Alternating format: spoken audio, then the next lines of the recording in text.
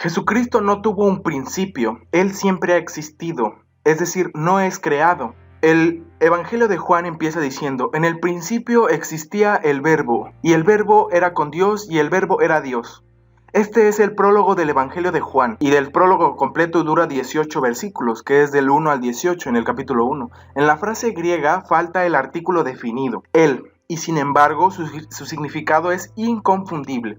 Transliterado de manera literal diría en principio era el verbo, y no diría en el principio era el verbo. Si en griego llevara aquí el artículo definido el principio, tendería a indicar que hubo algún momento particular de tiempo o principio, en un principio en particular, donde el verbo comenzó a ser, pero esto no fue así. El verbo de Dios, Cristo, no tuvo un principio. Sin el artículo definido y dentro del contexto de los versos 1 al 3, la frase denota el tiempo más remoto que se pueda concebir en la mente humana, antes de la creación de todas las cosas, verso 3, antes de la creación de todos los seres, antes de todo y de cualquier otro principio, ya existía el verbo de Dios, Cristo, es decir, en la eternidad pasada. Juan comienza su evangelio imitando el comienzo de Génesis, el Bereshit, pero en vez de usar el hebreo como Moisés en el Génesis, Juan usa el griego. Así como en Génesis 1 se expone la naturaleza de la creación y el hecho de que el hombre fue originalmente formado a la imagen de Dios, así también el prólogo del Evangelio de Juan hace resaltar la naturaleza de ese creador en el verso 1 al 4 y los medios por los cuales Dios se propuso que fuera posible la nueva creación del hombre a la imagen divina y que retrocediera de su depravación, convertirse en bestia, para así poder regresar a la imagen de Dios a través de Jesucristo, según los versículos 5 al 14. En Génesis 1 se refiere al principio de este mundo, pero en Juan el Verbo es el creador de todas las cosas y por lo tanto Él precede y es antes del principio del mundo. El Verbo ya era, ya existía. Por si no queda claro, el Verbo es Cristo. Él es el Verbo de Dios. Él es la palabra. Él es el creador. Cristo existía antes de que existiera el mundo. Él es el único que tiene esa propiedad y ese atributo, además de Dios. Nosotros no existíamos antes de este mundo, ni Jeremías, ni ningún otro texto o libro de la Biblia apoya la idea de que nosotros existiéramos antes de ser creados en este mundo. El único que existía antes de la creación del mundo era Cristo, ya que Él lo creó por orden de Dios Padre. Pero nosotros, antes de nacer en este mundo, no existíamos, éramos parte de la nada. Era el verbo, del griego del verbo eimi, ser, pero en pasado su forma cambia a era, el verbo eimi, que expresa continuidad de existencia, o puede también ser siendo. El verbo era siendo, el verbo existía por toda la eternidad, pero en el transcurso del tiempo el verbo fue hecho carne, literalmente llegó a ser, en griego, géneto, una forma de ginomai o ginomai, cuyo significado es llegar a ser carne, o llegar a ser simplemente ginomai, verso 14, de modo que Cristo siempre ha sido Dios, ver Juan 1.1 y Hebreos 1.8, pero por contraste en un momento llegó a ser hombre, Juan 1.14 y Filipenses 2.7. Juan hace resaltar la continua, atemporal e ilimitada existencia de Cristo antes de su encarnación. En la eternidad pasada no había un punto de referencia antes del cual se pudiera haber dicho que existía el Verbo. El Hijo existía con el Padre desde toda la eternidad. Ver Hechos de los Apóstoles de Elena White, página 32. Nunca hubo un tiempo cuando Él no haya estado en estrecha relación con Dios el Eterno. Evangelismo de Elena White, página 446, comparar con Apocalipsis 22:13, donde Jesús se proclama a sí mismo el principio y el fin. Él es el mismo ayer y hoy y por los siglos. Ver Hebreos 13:8. Jesucristo siempre ha existido. No hubo un principio. Además, corporalmente está separado de Dios Padre, pero comparte con Él el atributo de ser igual de eterno que Él y los demás atributos que también lo hacen como Dios y lo hacen también Dios.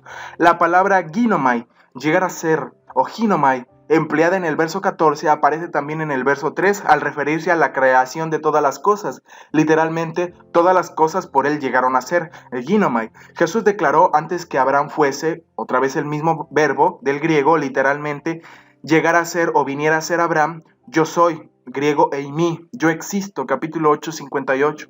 Por ello los fariseos que veían los milagros y señales del Hijo de Dios rechazaban con odio homicida las palabras de Jesús y quisieron apedrearlo, pero Jesús escapó de sus manos, pues aún no había llegado su hora de morir. Pues Jesús les había dicho, antes de que Abraham existiera, existía yo soy Dios, Juan 8, 58, y tenía bases y evidencias para decirlo, no solo sus palabras, al hacer milagros y resucitar a los muertos a su palabra, a su orden y su deseo. El mismo contraste aparece en la Septuaginta, Biblia escrita en griego, traducida del hebreo original, en el Salmo 92, antes que las montañas llegaran a ser Ginomai, desde el siglo y hasta el siglo tú eres, Eimi, Dios, Teos. Se emplea 3 veces en Juan 1:1, primero en cuanto a la eternidad del Verbo, después para referirse a su eterna unión con el Padre y finalmente para su eterna igualdad de naturaleza con el Padre. El verso 2 confirma la duración de este estado de ser por toda la eternidad.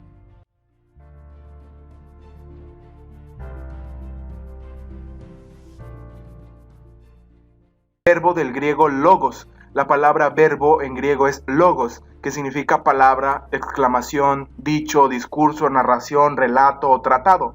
Aquí Juan emplea el término para designar a Cristo, quien vino para revelar el carácter, la mente y la voluntad del Padre a los humanos. Así como un discurso es la expresión de ideas, así Cristo era un discurso de Dios Padre. En la Septuaginta, logos se usa por lo general tanto para la acción creadora, ver Salmos 33:6, Génesis 1, 3, 6, 9, etc. Como para la expresión de comunicación en palabras, ver los versículos aquí anotados, de la mente de Dios y de su voluntad en la comunicación. Sin duda, estas formas de emplear logos de Dios en el Antiguo Testamento ya estaban en la mente de Juan desde antes y cuando escribió este pasaje. Dios ha expresado su voluntad divina y su propósito no solo de una forma, sino de forma multifacética, de muchas formas, mediante la creación y mediante la revelación de la Biblia.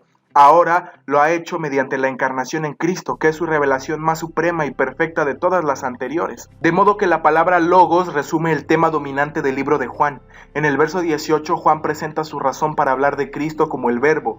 La razón es que Él vino para dar a conocer al Padre. La designación de Cristo y llamarlo mediante la palabra logos en el Nuevo Testamento es empleada únicamente por Juan en 3 pasajes, en su Evangelio, en el capítulo 1, en su carta, primera de Juan 1:1, y en Apocalipsis, capítulo 19 y 13. Cristo es la expresión encarnada de la voluntad del Padre de que todos los hombres sean salvos. 1 Timoteo 2:4.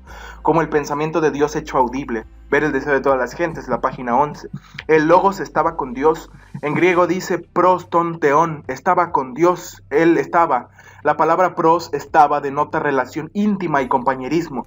Si Juan sencillamente hubiera querido decir que en el principio el Verbo solo estaba en las proximidades de Dios, no tan cerca de Él ni tan unido a Él, Juan pudo haber cambiado la palabra pros y haber empleado la palabra para, que significa al lado. ¿Recuerdas el paráclitos, paracleto, que es el Espíritu al lado de ti? Es el Espíritu Santo, paráclitos, el Espíritu. Pero si hubiera dicho Juan para, logos, la palabra al lado de Dios, o también podría haber utilizado el vocablo metá, que significa con, pero Juan se proponía expresar más de lo que cualquiera de esas palabras podría significar cuando escribió en una de sus cartas, abogado tenemos para con, pros, en griego, el Padre. No en el sentido de que Jesús sencillamente esté en la presencia del Padre, sino que está estrechamente relacionado con el Padre en la obra de salvación de los humanos y en todas las esferas de la existencia está unido a Él. Pros se usa en el mismo sentido, en Hebreos 4:13, a quien tenemos que dar cuenta. Dicho con el con, diría, con quien tenemos que vernoslas, con. El hecho de que el Verbo era con Dios, es decir, con Dios el Padre, enfáticamente declara que Él era un ser completamente distinto al Padre. Como lo aclara el contexto, el Verbo estaba relacionado con Dios en un sentido único y exclusivo al de otro ser. El Verbo era Emmanuel, Dios con nosotros, es decir, no es que el Dios el Padre y Dios el Hijo sean la misma persona, son 2 personas distintas, pero con un mismo propósito, unidas, juntas. La encarnación, por si todavía no queda claro, fue el acto de Cristo, quien en forma de Dios, quien no estimó el ser igual a Dios como cosa que aferrarse, sino que se despojó a sí mismo y estando en la condición de siervo, se humilló a sí mismo hasta la muerte y la muerte de cruz, Filipenses 2:7-10. Es decir, abandonó su forma divina, espiritual, invisible, magnífica, en poder para hacerse un humano con su propio cuerpo de carne y hueso mortal. Cristo, el verbo hecho espíritu en Dios, no hecho, sino que siempre ha sido espíritu, ahora se encarnó en forma de cuerpo humano y se ha quedado así por toda la eternidad. Cristo sigue siendo humano hoy, a pesar de haber subido al cielo. Cristo sigue siendo carne y hueso, pero inmortalizado por el poder de Dios en el cielo. Es imposible comprender la importancia de la encarnación de Cristo, a menos que se le proyecte en el telón de fondo de la existencia eterna de Cristo como Dios y como íntimamente unido a Dios. Ver, por ejemplo, Romanos 1 al 20 al 25. Hablando de Cristo en el cielo y cómo Él les explicaba a los ángeles su misión futura en la tierra como un ser humano, Cristo dejaría su elevada posición de soberano del cielo para presentarse en la tierra, y humillándose como hombre, conocería por su propia experiencia las tristezas y tentaciones que el hombre habría de sufrir. Todo esto era necesario para que pudiese socorrer a los que iban a ser tentados. Hebreos 2:18. Esto es una cita de Historia de los Patriarcas y Profetas, página 49, párrafo 2 de Ellen Gould White. El resto de los párrafos también serán de este libro. El universo entero se maravilló al ver que Cristo debía humillarse a sí mismo para salvar al hombre caído. El hecho de que aquel que tenía una naturaleza divina que le había permitido haber pasado de una estrella a otra, de un mundo a otro, dirigiéndolo todo, satisfaciendo mediante su providencia las necesidades de todo orden de seres de su enorme creación, cuya naturaleza era fuerte, majestuosa, regia y codiciable, y que ningún otro ser aparte de la Trinidad tenían, que consintiese en dejar su gloria para tomar sobre sí la frágil, débil, limitada, dependiente y humillante naturaleza humana, era un misterio que todas las inmaculadas inteligencias de los otros mundos deseaban entender. Cristo aseguró a los ángeles que mediante su muerte iba a rescatar a muchos, destruyendo al que tenía el imperio de la muerte. El pecado y los pecadores iban a ser exterminados para nunca más perturbar la paz del cielo y de la tierra. Pidió a la hueste angélica que se regocijasen en que mediante su muerte el hombre caído podría reconciliarse con Dios. Aunque Adán y Eva y todos los humanos fieles habrían de padecer por efecto del poder de su gran enemigo, podrían esperar una victoria final. Si se hubiera podido cambiar la ley, el hombre habría sido salvado sin necesidad del sacrificio de Cristo, pero el hecho de que fuese necesario que Cristo diera su vida por la raza caída prueba que la ley de Dios no exonerará o quitará la culpa al pecador de sus demandas. La ley es inmutable, pues es el carácter de Dios. Si lo quebrantamos, no puede ser modificada para beneficiarnos y librarnos de la culpa, sino que se debe de pagar necesariamente y sin ningún escape. Pero Cristo pagó el castigo por todos sus creyentes de haber desobedecido esa ley incambiable o inmutable. En el curso del conflicto habría de demostrarse si los estatutos divinos eran defectuosos y sujetos a cambio, o perfectos e inmutables. Si la ley de Dios fuera defectuosa, imperfecta o injusto en algún punto, sería posible modificarla, pero puesto que no tiene ningún error, ni una sola mancha, es incambiable, es inmutable. Aún hoy no podemos cambiar ningún mandamiento de la Biblia. La historia de Belén, donde nació Cristo en un establo, es un tema inagotable. En ella se oculta la profundidad de las riquezas, de la sabiduría y de la ciencia de Dios. Romanos 11:3. Nos asombra el sacrificio realizado por el Salvador al trocar el trono del cielo por el pesebre y cambiar la compañía de los ángeles que le adoraban en el cielo por la de las bestias del establo de la tierra. La presunción y el orgullo humanos quedan reprendidos en su presencia. Sin embargo, aquello no fue sino el comienzo de su maravillosa condescendencia. Habría sido una humillación casi infinita para el Hijo de Dios revestirse de la naturaleza humana, aun cuando Adán poseía la inocencia del Edén, aun cuando Adán, quien posiblemente medía de 3 a 4 metros de altura y fuera más fuerte y sabio que cualquier otro ser humano, el que Jesús se hubiera transformado en un humano como él habría sido humillante para la naturaleza divina que había creado a los poderosos ángeles y a la raza humana. Pero Jesús aceptó la humanidad cuando la especie se hallaba debilitada por 4000 años de pecado. Como cualquier hijo de Adán, aceptó los efectos de la gran ley de la herencia. Aceptó el cuerpo pequeño respecto al que tenía Adán en el Edén. Como todos los humanos tenemos un cuerpo tan limitado, la mente limitada humana y la fragilidad ante los peligros de la carne humana. Pero Jesús vino con una herencia tal para compartir nuestras penas y tentaciones, darnos el ejemplo de una vida sin pecado y convencer al universo habitado de que Satanás calumniaba a Dios y que su ley era perfecta por toda la eternidad. Dios permitió que bajase su Hijo a la tierra dominada por Satanás, quien los odiaba. Bajó como un niño impotente, dependiente de Dios y de sus padres humanos. Le dejó arrostrar los peligros de la vida común humana, pelear la batalla como la debe pelear cada humano, aún a riesgo de sufrir la derrota y la pérdida eterna. El corazón del padre humano se conmueve por su hijo. Mientras mira el semblante de su hijito, tiembla al pensar en los peligros de la vida. Anhela escudarlo del poder de Satanás, evitarle las tentaciones y los conflictos. Mas Dios entregó a su hijo unigénito para que hiciese frente a un conflicto más acerbo y a un riesgo más espantoso, a fin de que la senda de la vida fuese asegurada para nuestros pequeñuelos. En esto consiste el amor. Maravíllense de esto, ustedes los cielos. Asómbrate tú, la tierra. El deseo de todas las gentes, página 32, 33. El verbo era Dios. En griego, la ausencia del artículo definido él delante de la palabra Dios hace que sea imposible traducir esta declaración como Dios era el verbo, sino que dice Dios era verbo. Traducirla así, Dios era el verbo, sería igualar a Dios con el verbo sin separar a Dios en una parte y al verbo de otra parte, limitando así la deidad exclusivamente al verbo.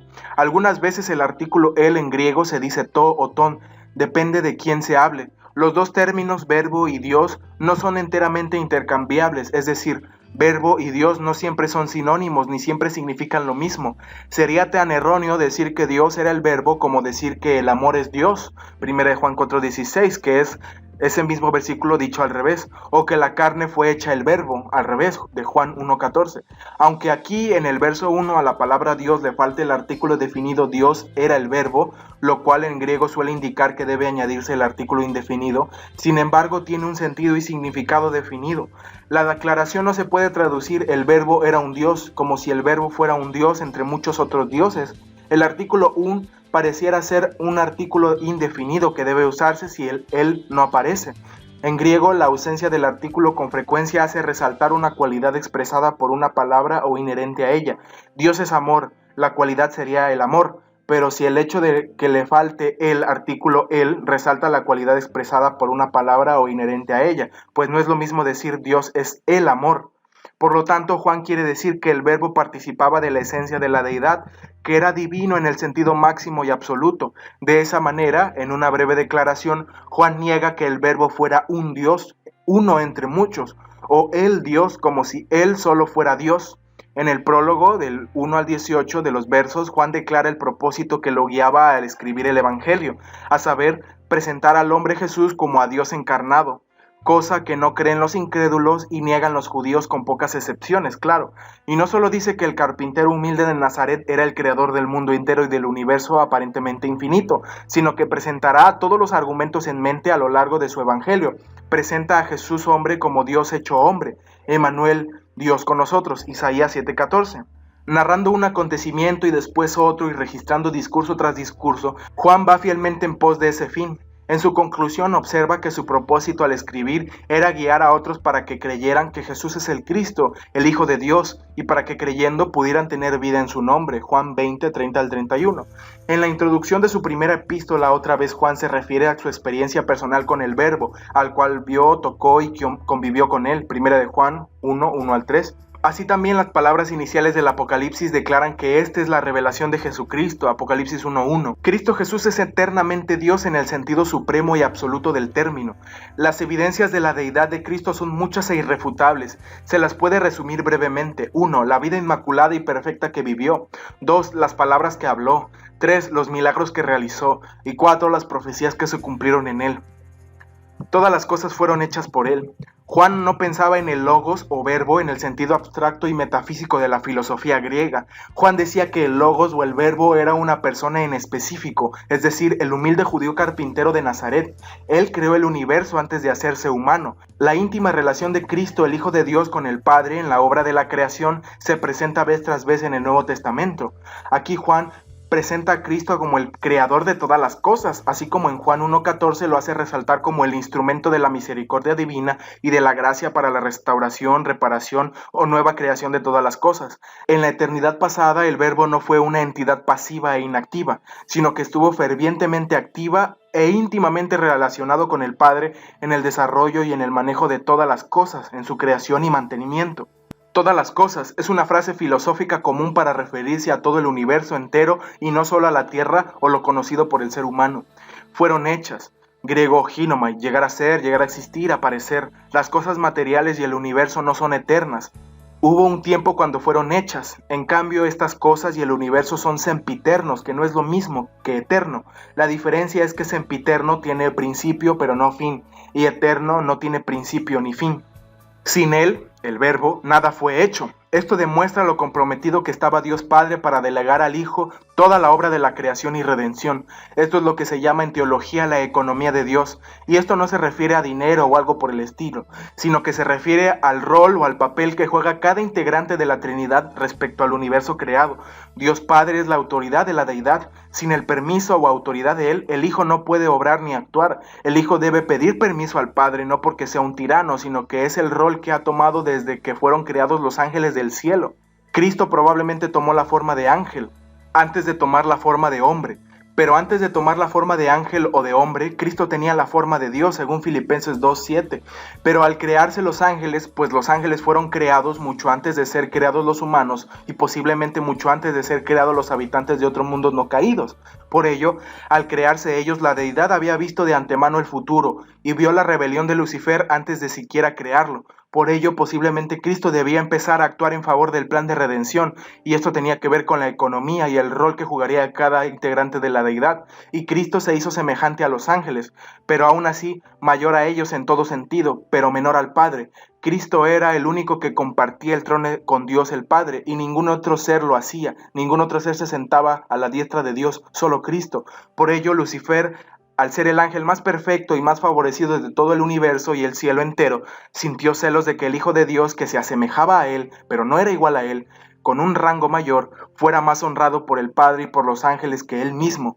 Pero sintió celos de que Cristo fuera Dios y se pareciera a él como ángel, y recibiera adoración de todo el cielo como la recibía Dios el Padre. Lucifer codició el lugar y posición de Cristo. Quería ser adorado y homenajeado como Cristo. Quería sentarse en el trono con el Padre, pero esto sería imposible ya que Lucifer fue creado y Cristo no. Cristo creó a Lucifer y a toda la hueste angélica. Cristo siempre fue igual a Dios, no tuvo principio y era inefable, es inefable, no puede fallar. Dios es inmutable e infalible, es decir, no cambia ni puede equivocarse. En cambio, Lucifer, al ser creado y sujeto al libre albedrío, podía equivocarse, confundirse y cambiar. Entonces no podía ser adorado como Dios, si podía poner en peligro el bienestar del estado divino y del gobierno de Dios en el cielo bajo su mando. Cosa que pasó, pues Lucifer se rebeló tanto y de forma tan lenta que ahora es el diablo y enemigo de todo el universo, causante de todo dolor y de la muerte, pero nunca fue Dios del cielo, pero sí es Dios con minúscula de este siglo.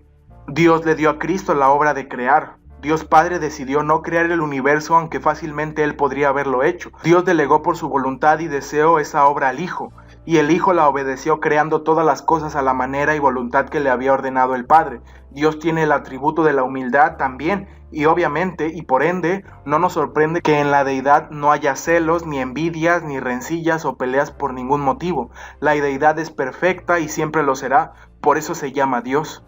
Bueno, si te gustó, si aprendiste, cuéntame qué te parece, dale like, compártelo con tus amigos. Muchas gracias por haber llegado hasta acá, compártelo o dale like. Y nos vemos en un próximo video. Hasta la próxima.